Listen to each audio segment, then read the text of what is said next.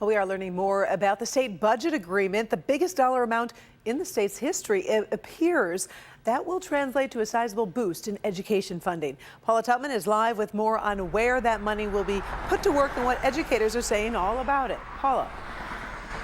Yeah, hi, Karen. So first of all, let's talk about why I'm right here, because this is where that money's going to make sense and it's going to make a difference, and that is on the street level.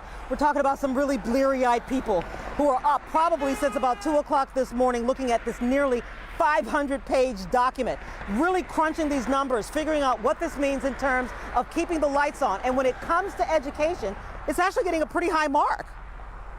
It is the largest budget in the history of the state of Michigan, a whopping $76 billion. Robert McCann is the executive director of the K-12 Alliance, which represents thousands of teachers, students, and school districts in southeastern Michigan. And yes, he was rubbing his eyes after going through that mammoth document, but he found a lot in that budget he could like. A-. It's not perfect, but it's a strong piece of work. These are the things parents and students will notice up front.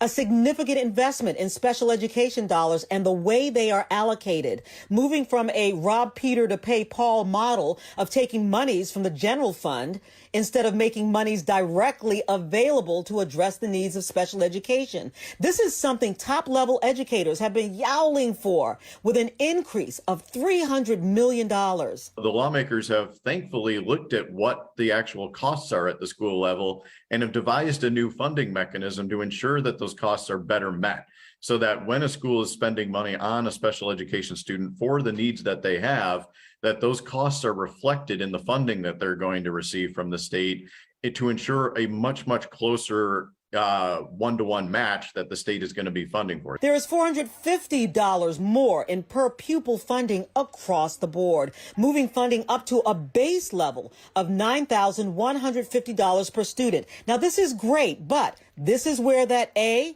got the minus. And the work of the School Finance Research Collaborative shows that the actual cost of educating a typical Michigan student is $10,421 per pupil. And that's before you add on things like special education services. So we're glad to see it getting a little closer, but clearly we still have a ways to go. But this is a good step in that direction. And when you hear the phrase wraparound services, this is what $223 million means in at-risk funding on the classroom level. I'm talking about anything ranging from reading coaches, tutoring, but also going into things like mental health support, having social workers available to students who, may not have stable home lives to help support their academic success.